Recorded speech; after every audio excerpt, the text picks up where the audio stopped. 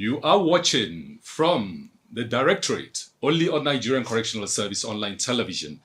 And just joining us is the controller in charge of peacekeeping in the Nigerian Correctional Service, Obizwe Valens Nemeka. He's here joining us on set with the DCG Amoran Olariwaju. Welcome on board, sir. Thank you very much. What is the role of your unit, peacekeeping, in the Nigerian Correctional Service, sir? Under the training and staff development, we have the peacekeeping unit in the Nigerian Correctional Service, which we have been sending officers to different countries for peacekeeping missions. Officers who are sent on peacekeeping in different countries help in enhancing prison system, the security and the management, including management of high-risk detainees to reduce the risk of jailbreak, disturbances, and radicalism. They also support transitional setting.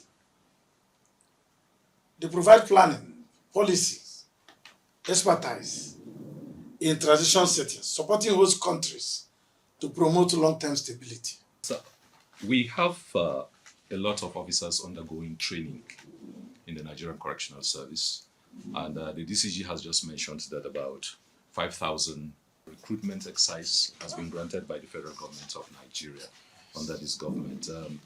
What is your advice for those undergoing training and those who are aspiring to come into the service?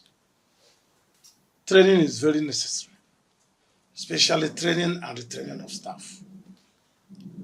When you are in training or you are aspiring to join the service, first of all, you must be prepared for the physical and psychological demands of the service.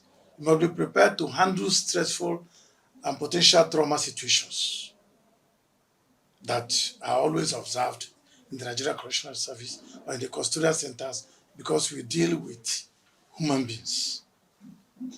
You must also be prepared to uphold the highest ethical standards and respect the rights of inmates and officers. So as you tend to enjoy the service or you're training, you must understand the rule of the Nigerian Correctional Service, which hinges on reformation, rehabilitation, and reintegration, and familiarize yourself with the core values of the Nigerian Correctional Service. Yes, sir. So I'm back to you. The issue of peacekeeping, the issue of advice to those undergoing training and aspiring to join the service. You want to touch on that a little? Okay. The UN has deemed it fit to have this exchange program. By the time we go for peacekeeping mission, we inject all our knowledge and ideas into the other nation there. While when coming back, whatever experiences they have gathered there to, they bring back. So you can see it's an exchange program, collaborative program. For the aspiring officers, he has said it. You know, like he said, it's a journey, 35 years. We are all coming from a background of different cultures, so and different qualifications. You know, it is training now that will be able to harmonize you, to blend. Any organization that bringing in personnel or staff definitely have to imbibe or indoctrinate the tenets of that system into the organization, into the personnel. So, and that is what training is doing to this personnel. Where I'm going to is that after receiving this training, it is expected that they come out disciplined officers.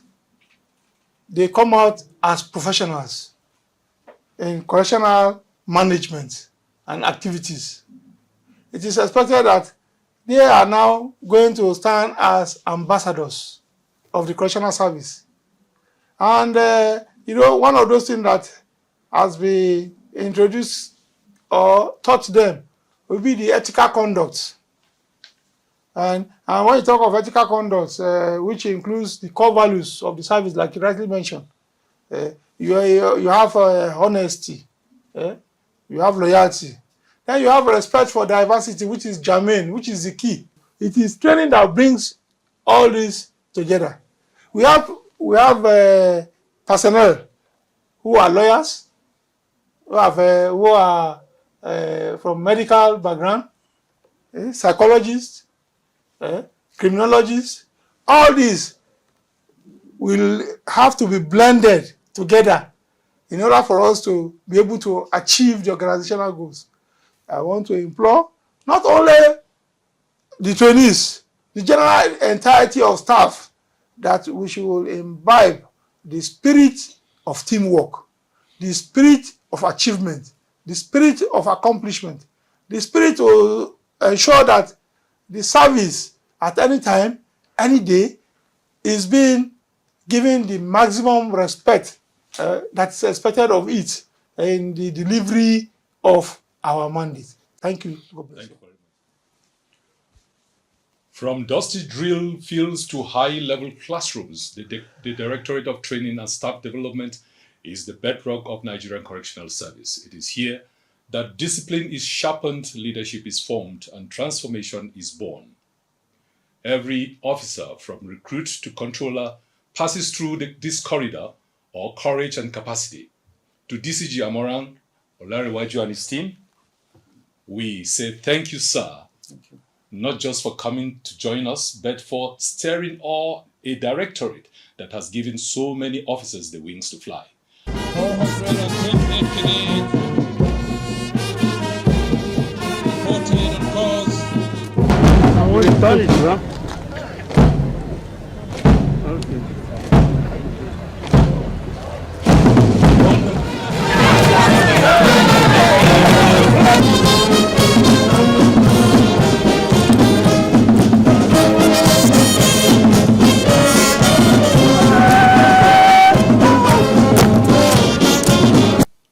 In our next episode, we will shift focus to another pillar of the service, the Directorate of Human Resources, where we will sit down with DCG Ado Sale to explore the people-centered mission of recruitment, promotion, and staff welfare.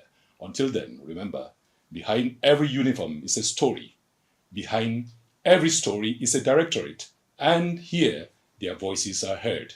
This program is produced by Deputy Superintendent of Corrections Franka Awa and edited by Deputy Superintendent of Corrections Solomon Njua.